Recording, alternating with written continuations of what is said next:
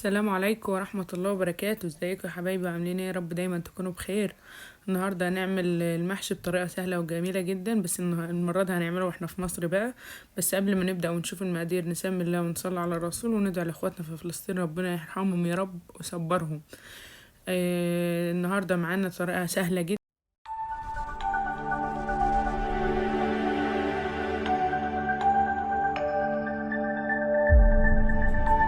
جايبين معانا كرنبة جميلة كده حلوة مقلوظة كده، وجايبين 2 كيلو طماطم ضربناهم في الخلاط، ومعانا كيلو رز، ومعانا هنا فرخة هنعملها معاهم، و5 بصلات، والتوابل بتاعتي فلفل اسود وبهارات لحمة وبهارات فراخ، ومعانا كزبرة، ومعانا بابريكا مدخنة، وبابريكا اللي هي الشطة الحراقة، وبصل بودر وتوم بودر وشوية ملح. الملح طبعا زي ما احنا عارفين حسب الرغبة. ومعايا هنا معلقة كمون ومعلقة ملح، دول هحطهم في المية وانا بسلق الكرنب. ومعايا هنا ربطتين كزبرة وربطة شبت، دي انا هعملها انا غسلاهم كويس ونقعهم في خل وشوية في شوية مية وشوية خل. هنعمل دلوقتي نقطع الكرنبة معانا ونشوف قلبها من جوه كده اخبارها ايه. حبايبي رجعنا واحنا بنقطع الكرنبايه معانا كده ونشوف قلبها من جوه. ما شاء الله الورقة كبيرة وجميلة ازاي. نقطعها واحدة واحدة كده، وانا في السعودية معاكم كنت عاملاها مرة واحدة عشان الكرنب هناك كان بيبقى لازم، انما ده ما شاء الله شوفوا الورقة جميلة ازاي ومورق وحلو ازاي ما شاء الله. بصوا انا دايما احب الورقة اللي هي فيها خضار شوية، ما احبش الورقة البيضاء.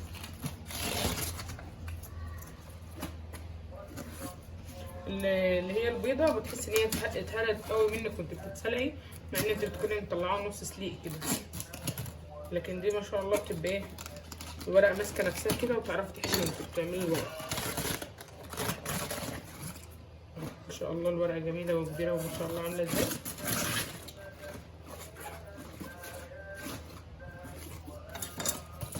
احنا في الوقت ده حاطين حلة مية على النار فيها شوية ملح وشوية كمون وليمونة كده، وسايبينها بقى تغلي لغاية ما نروح لها على البوتاجاز.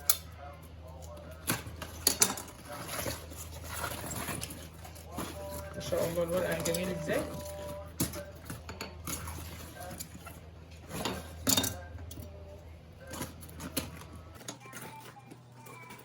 اهم حاجه برضه احنا شغالين جنبنا نبدا المكان نظيف والدنيا نظيفه جنبنا.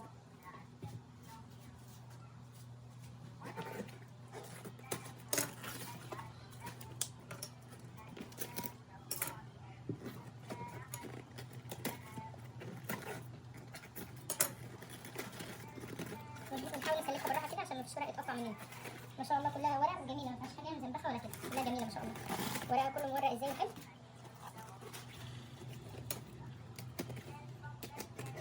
ممكن دي نقطعها كده ونسلقها بحالها.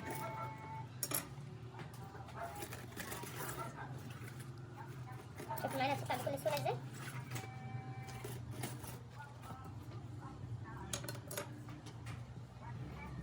زي ما احنا قلنا نضيفها معانا اول باول، يبقى المكان يبقى دايما نظيف.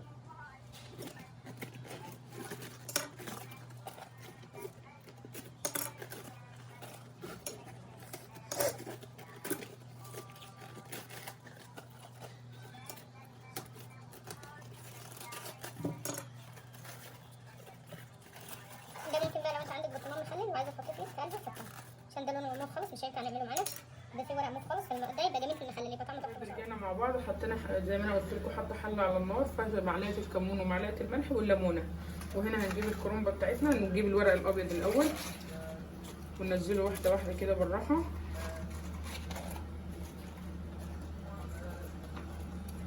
طبعا عارفه ان كلنا بنعرف وكلنا شاطرين، بس انا عامله لاخواتي وحبايبي الصغيرين اللي لسه بيتعلموا،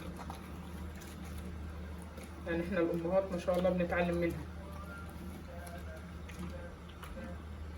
ومعايا كمان طبق فيه ميه هحط فيه شويه ميه ساقعه عشان اول ما تطلع منها احطها في طبق الميه ياخد صدمه على طول عشان ما يتهرش منه. وبرده زي ما احنا عارفين ما نغيبش الكرنب في الميه. الكرنب ده شتوي يا جماعه ما بيغيبش في الميه، مش زي الكرنب الصيفي ده يا دوبك يشم الميه ونطلعه.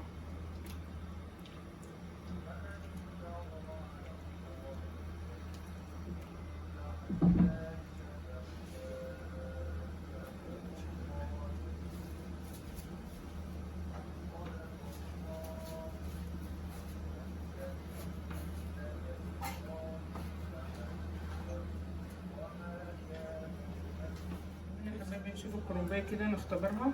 حاجه بسيطه من هنا كده، لقيناها كده، عايزه حاجه بسيطه كمان، حاجه بسيطه بس في الميه ونطلعها على طول.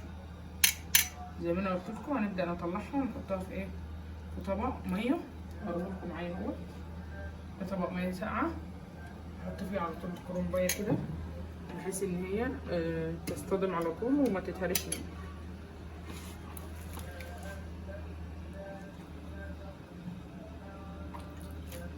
طبعا الميه كل ما بحس ان هي بتسخن معايا بروح اغيرها، ويا دوبك الكرنب بينزل شويه في الميه زي ما انا قلت لكم، ونطلعه نحطه في مصفايه كده عشان لما نيجي نقطعه ما يبقاش في ميه.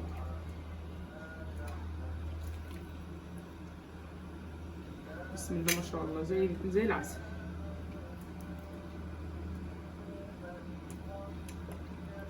نحط كمان دور معانا.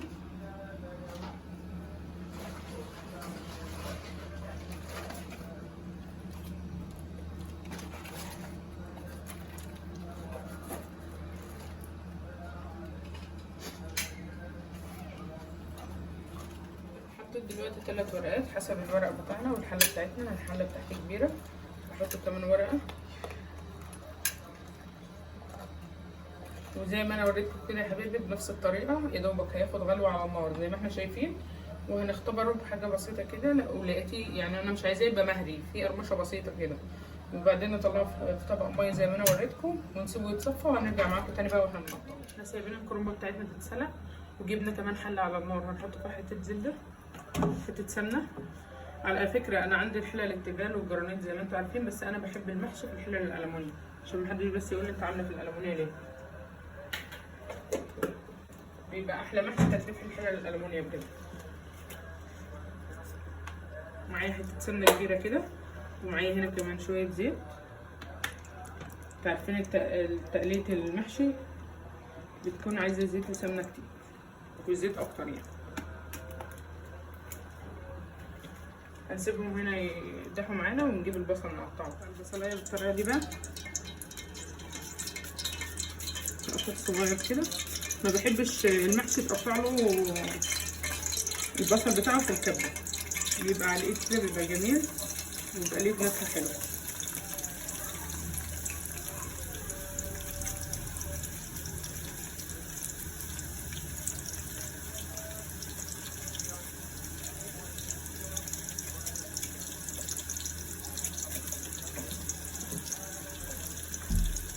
نقطعه كله معانا بالطريقه دي ونرجع لكم. دي بقى يا حبايبي نحط شويه الثوم ده معانا، نحط معلقه الثوم دي معانا ونسيبها شويه كده لغايه ما تحمر، وارجع وانا بحط لكم الصلصه تاني. معانا يا حبايبي نحط الطماطم على البصل. معلش بقى لو في حاجه مش واضحه لان انا اللي بصور نفسي.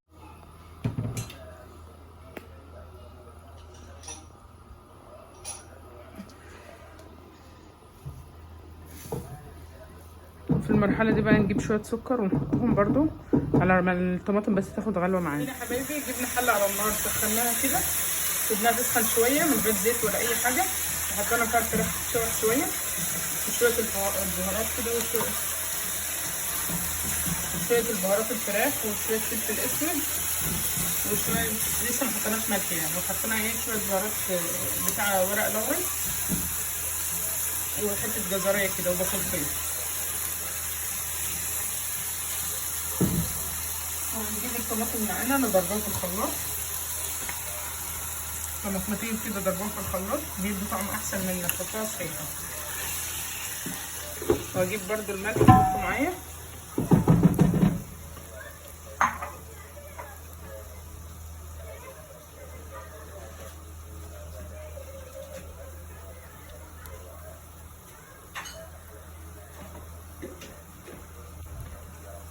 نحط كده معلقه ملح معايا، طبعا زي ما انا قلت لكم الملح حسب الرغبه، بس هي محتاجه شويه عشان الشوربه اللي هحطها. هسيبها بقى تاخد بقى تشويحه كده على البوتاجاز وبعدين ننزل عليها بالميه السخنه. وهنا معانا حطينا طبعا الصلصه والبصله اتحمرت، وحطينا كمان الثوم زي ما انا قلت لكم. معانا هنا معلقه السكر هحطها عشان الحموضه بتاع الطماطم، ولسه برضو البهارات ما بنحطهاش الا لما التسبيكه تنشف شويه. وهنا يا حبايبي هنجيب الورقه بتاعتنا كده، نحط الورقه على بعضها كده، ونقطع العرق بتاعنا ده كده. بسم الله الرحمن الرحيم.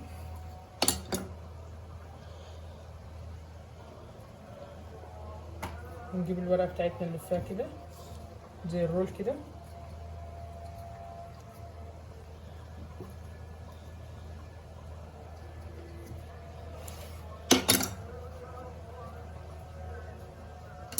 ناخد اول جزء ده عشان مش هيبقى مسوي في الصبع، ونعمل كده التقطيعه الصغيره دي. بصوا شايفين الورقه دي؟ انا بحب بقى الورقه تكون كامله كده. هحطها هنا نرصها كده مع بعض. نكمل بقيه اللفه بتاع الورقه زي الرول كده برضو.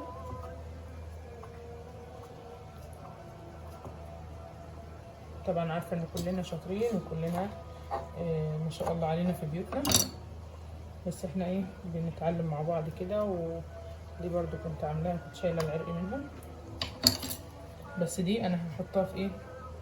بس انا هاخد الجزء بس الاخضر ده اللي هو مش قوي، عشان الجزء ده انا هحطه في قعر الحله. هسيبه بحاله كده واوريكم انا هحطه في الحله ازاي. ناخد الجزء ده نلفه برضو، بس العرق ده كبير قوي.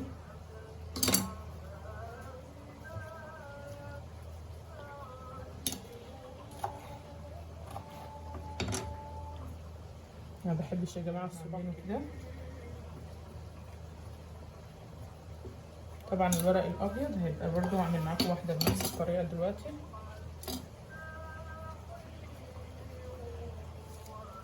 عايزين نسيب الجزء ده براحتنا برضو اهو، بس مش هيبقى لطيف من عند العادي. عشان كده بقول لكم دايما نقطع الجزء اللي فوق ده، ما بيبقاش كويس، بيبقى مش كويس في الصباع المحشي.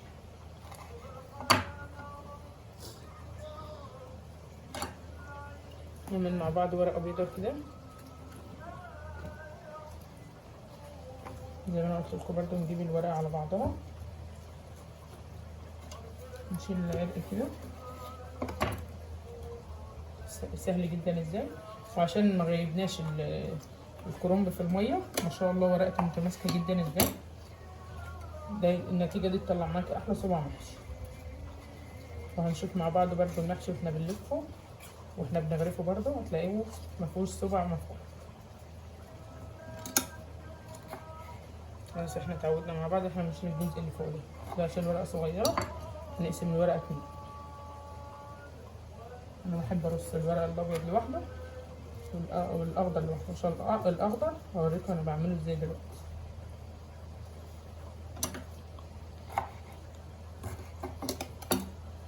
اهو نعمل كمان واحده.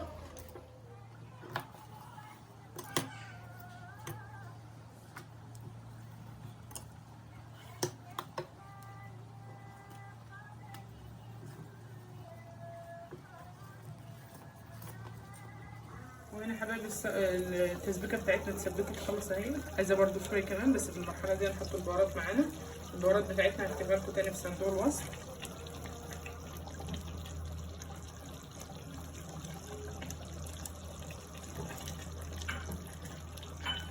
وهنا يا حبايبي خلاص الصلصه معانا اتسبكت خالص التسبيكه بتاعتنا. ننزل عليه بالرز بتاعنا اللي اتغسل وسيبها تصفى براحته. انا بحب كده احطه شويه على النار، ما بحبش احطه يكون نايم.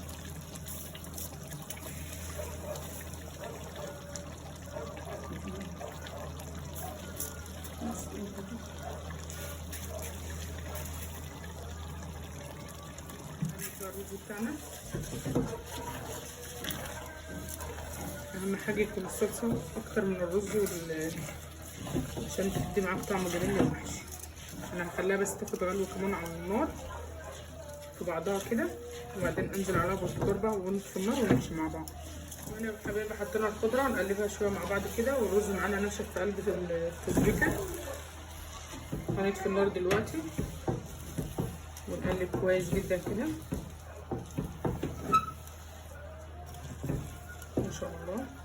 في المرحله دي لو حابه تزودي شويه بهارات كمان، الكزبره الناشفه والحاجات دي زودي. انا عن نفسي هزودها، انا بحب البهارات تكون حلوه كده في المحشي. هحط كمان شويه بهارات دلوقتي. يا حبايبي جبنا معانا نفس البهارات اللي احنا حطيناها في الاول. انا بحب مع البهارات كده، حابه تحطي مش حابه براحتك. انا بحب البهارات بتاعته تكون حلوه. حطيت شويه شطه حراقه كده، ده حسب الرغبه، لو انت حباه حطيه، لو انت بتحبي المحشي يكون حادق شويه وحراق. وطبعا حطيت شويه ملح كمان لان الملح اللي انا حطيته مش كفايه. رجعنا مع بعض، خدنا الرز اللي كان في الحله فضيناه في البوله دي، وهنعمل في نفس الحله من غير ما نغسلها خالص. ونجيب الورقه اللي احنا كنا سايبينها معانا اللي هي اتسلقت اللي بحالها، ونحطها في قعر الحله ونعمل كده. ونجيب شويه الخضار اللي احنا قطعناهم اللي هو جدر الخضار وحطيناه في قلبها. ودلوقتي هنحشي كده معانا. اهم حاجه نجمد على الصبع واحنا بنحشيه، بحيث ان هو يبقى معانا جميل كده وما يفكش مننا واحنا حاطين عليه الشوربه. بسم الله. الكميه قد ايه؟ على قد كده حجم الورق.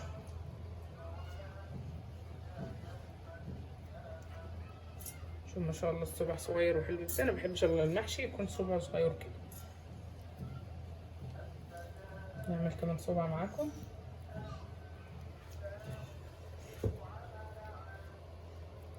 بصوا كده جميل ازاي. انا كده بقطع الورق بتاعي حسب ما انا عايزه، حسب الحجم اللي انا عايزه في قلب وانا بعمل الفيديو وانا بحشي الكرنب. في برضه الصبع الكبير ده لو انت حباه ما عندكيش اي مشكله برضه. الحشو ده والتقطيع حسب الرغبه. انا اديتك الفكره وانت نفذي بقى زي ما انت تحبي. وهنا حبايبي عملنا الصفه كده، هنكمل بنفس الطريقه. احنا كده بقى قعدنا على الارض زي زمان كده، ونقعد نحاكي كده زي ايام زمان، ونلف كده بالراحه اهو خلاص بالشكل ده كده. هنحط في قلب الحله كده اهو، ونعملها بنفس الطريقه كده. هنعمل دلوقتي حته معاكم كمان بيضه، بس الاول نعمل بقيه اللفه دي زي ما احنا ماشيين كده. نفردها في قلب الصوبع كده ونلف جامد كده ما شاء الله. ونشيل اي زياده رز تطلع عشان ما يبقاش في الحله رز. هنا خلاص لفينا حله المحشي، وهنجيب بقى الشوربه نسقي بيها قدامكم اهي. الشوربه جميله ما شاء الله.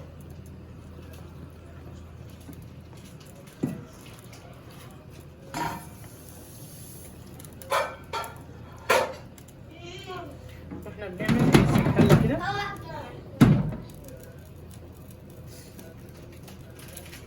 واحنا بنحشي في الحله، نسيب فروق كده بين الصبع وبعضه عشان الميه الشوربه او الميه اللي انت بتسقي بيها تنزل في قلب الحله من تحت.